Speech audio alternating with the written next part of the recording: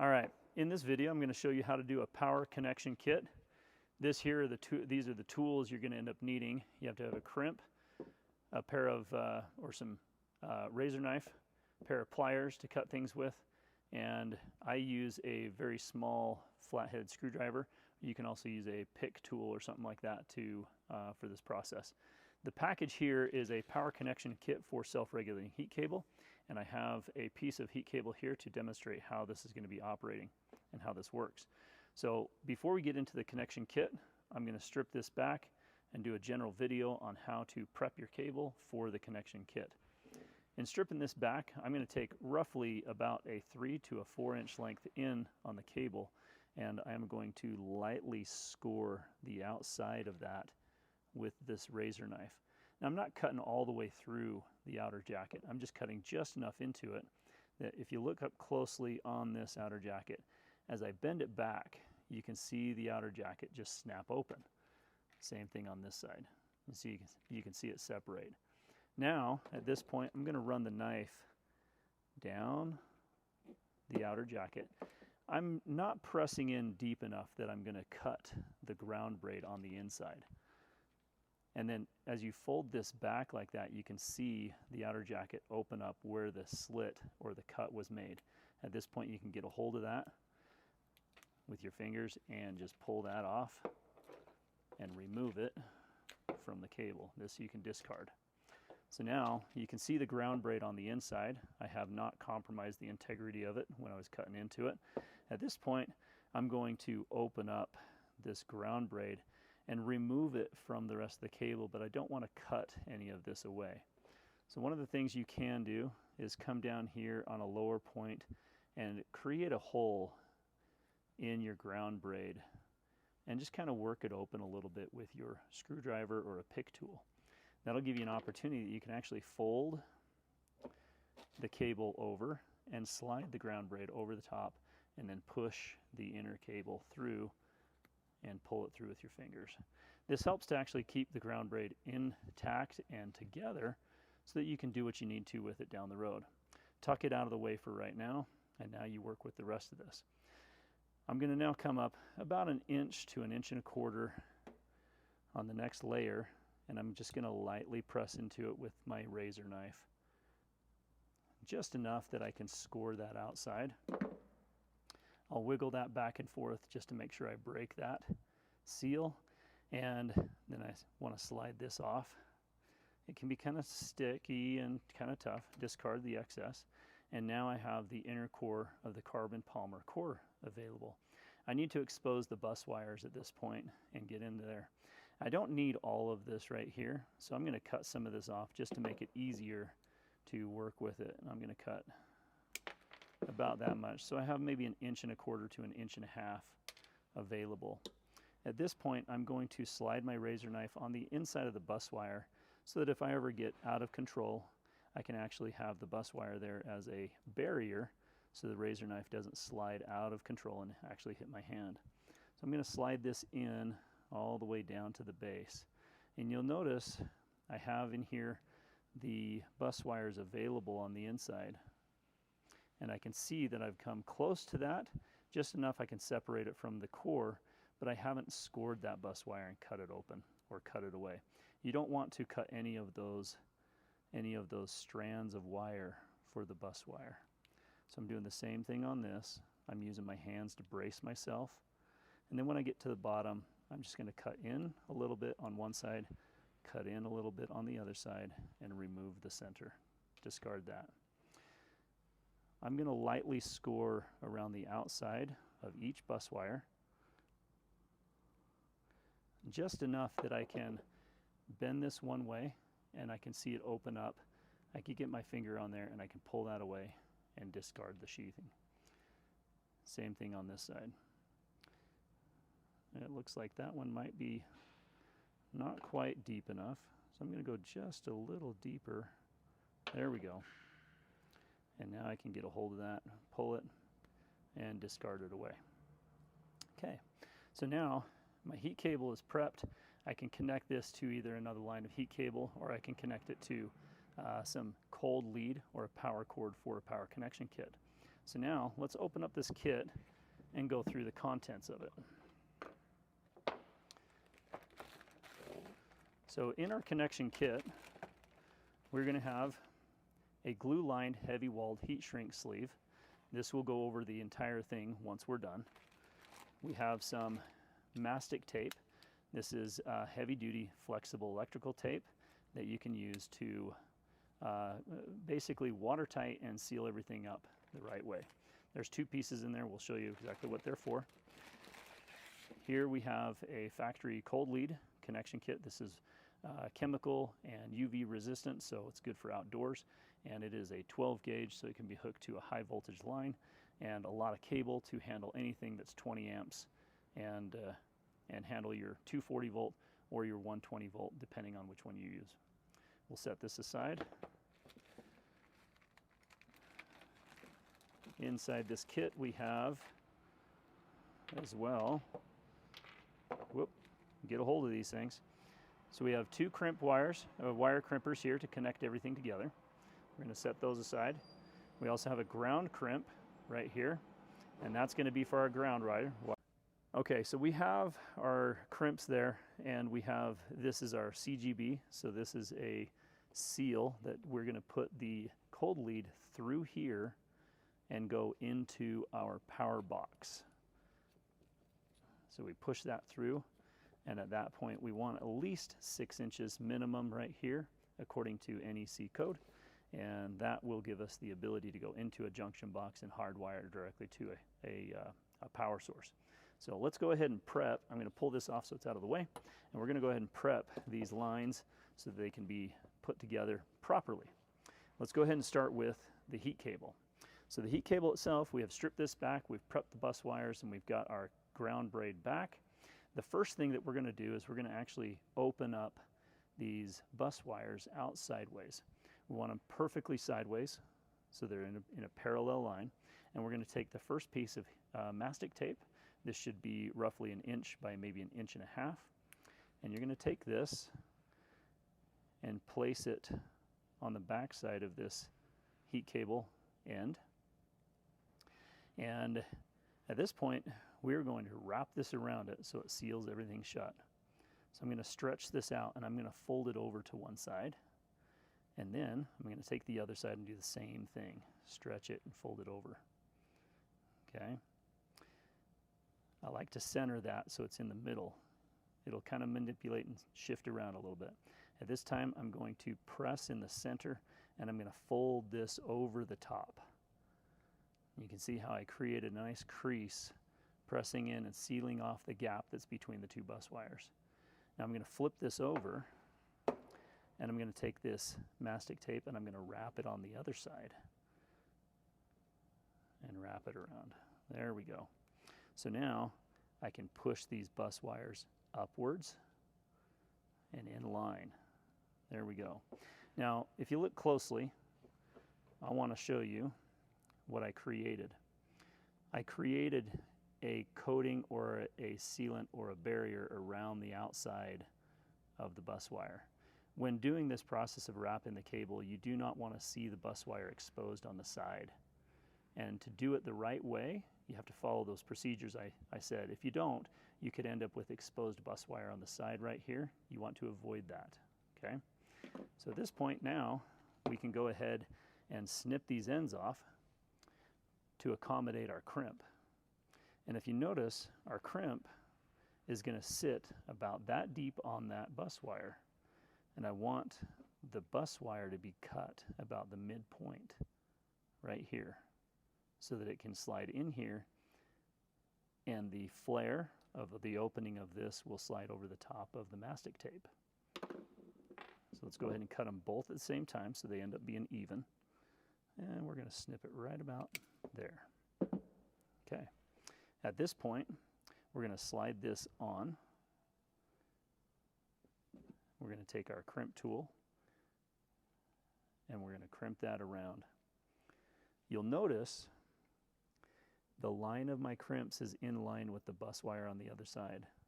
When doing your prepping of the cable and your mastic tape, if everything's even, you can gauge where you're crimping according to the other side that's visible.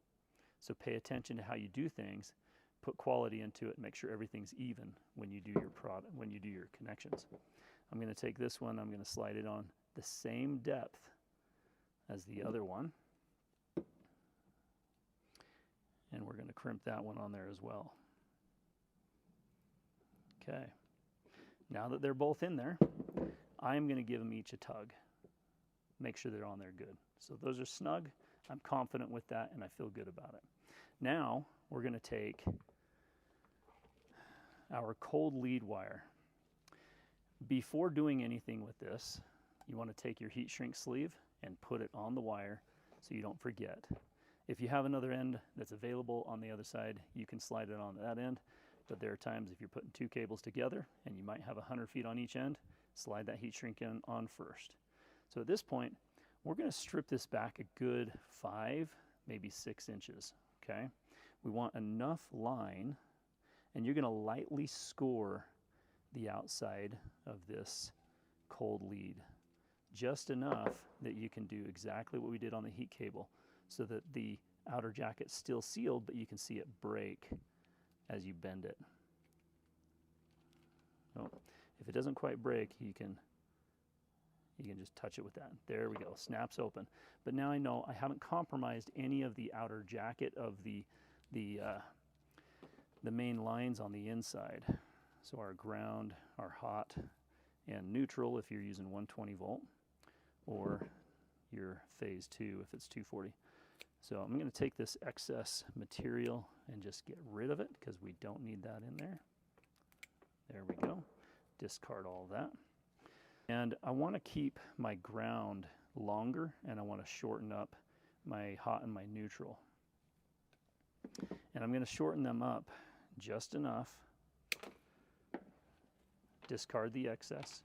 I'm going to shorten these up just enough that I can connect them into here and have the ground braid or the ground wire coming across our entire connection and connect on the ground braid on the other side.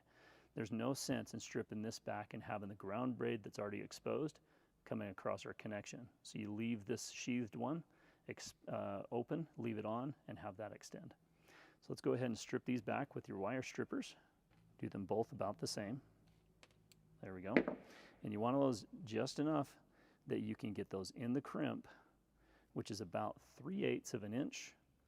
I wouldn't do much less than that. If you do too little, you may not get a good grip on the crimp.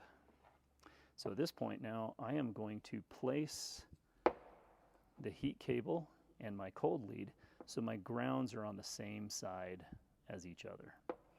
And I'm going to take my crimp tool and hang on to my crimp so that I can now connect these guys together. I'm going to go ahead and pinch that down, give it a tug, make sure you got a good connection. Same thing on here. Okay, I'm going to put that in there. We're going to grab that, push that wire in, crimp it down, make sure you got a good connection.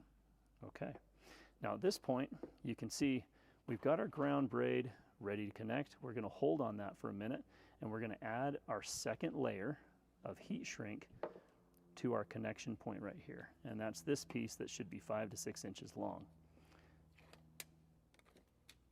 We're going to take this, we're going to slide it between the two connectors. We're going to stretch this open. This is flexible. If you're working in the cold, put it in a warm environment for a minute and let it warm up, but let that stretch over the entire connection to separating one butt splice to the other butt splice. And now we're going to take this piece, we're going to stretch it, and we're going to wrap this over the entire connection all the way to the other side.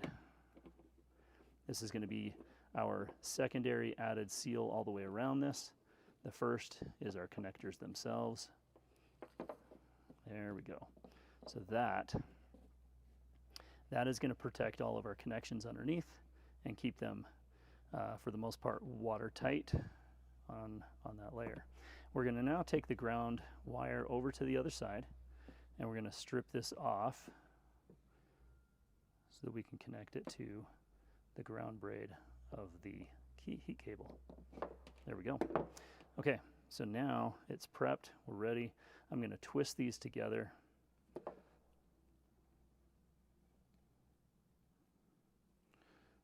I'm going to snip off the excess. I'm going to slide on my ground crimp, just like that. And I'm not going to push that so tight up in there. It doesn't want to be that tight. You want to give it just a little bit of room so you can manipulate it afterwards. So I'm going to crimp that down, and I'm going to flatten that along with the base. I want the base to be very flat right there. So if you notice, the whole thing is pretty flat. And I have given myself 1/4 of an inch that I can manipulate this where I need to. What I want to do is I want to lay this down just like that.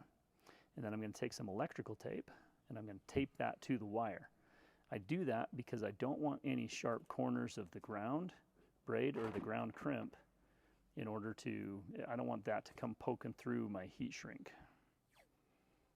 So now I'm going to take this and I'm going to add that there.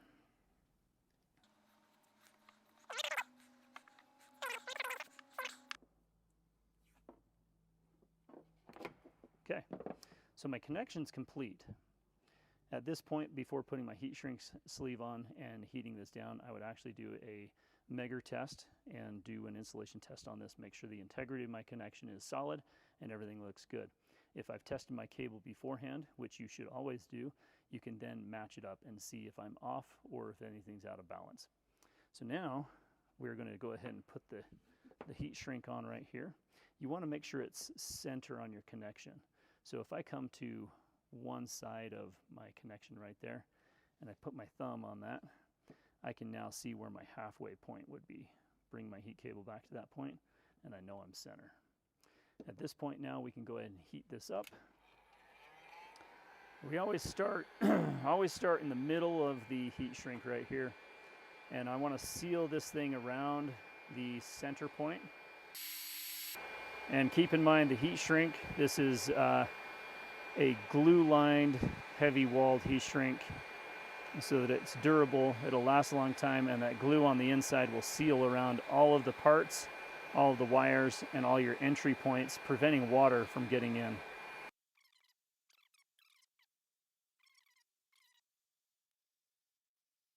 You'll notice as I get over to the cold lead or the wire, I don't put the heat gun onto the wire, onto my cold lead. I don't want to melt the outer jacket of that. And I will often take something and just put a little pressure on that to make sure that that glue is coming through and it's nice and snug in there. I do not want to put a zip tie on here because I don't want to press everything out, and I don't want to move the glue from any point on that. I want to keep the glue around the wire. Let's go ahead and do the other side now.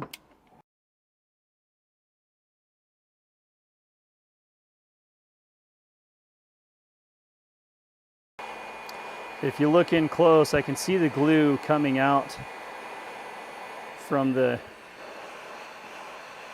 heat shrink. And at this point, I just want to put a little pressure up in there. You can see I can see where that glue is coming through. And I just want to make sure that glue is good. I can visually see some of that, and it's actually bonding to the cable itself. Okay. At that point, I leave this as is. If you have any bends in this, it can harden into its shape. It'll be difficult to undo. That heat shrink will solidify pretty solid. So it'll be really rigid. At the top, I'm looking here and I can see the glue almost like it's a silicone seal around the edge and stuff. So you can see that shiny glue right there, and that's what we want to see. That'll let us know we've got a good seal around the cable itself. So this is now a complete connection point. Now this is a power connection kit. So now what we end up doing is we take the other end of the cold lead and we will put this into our CGB and then wire it into a junction box or a controller or whatever you have that this is connecting to. If you don't have a threaded item on the other end, you might need a lock ring on this to seal this up to it. But this way you don't have any heat cable in your box, and you're going to reduce the possibility of buildup from condensation or any kind of moisture in the box. So we found better success with having a cold lead in the junction box than heat cable itself. So there is our power connection kit, all complete and done. Tools you need with a little bit of electrical tape. And there you go. Good luck, guys.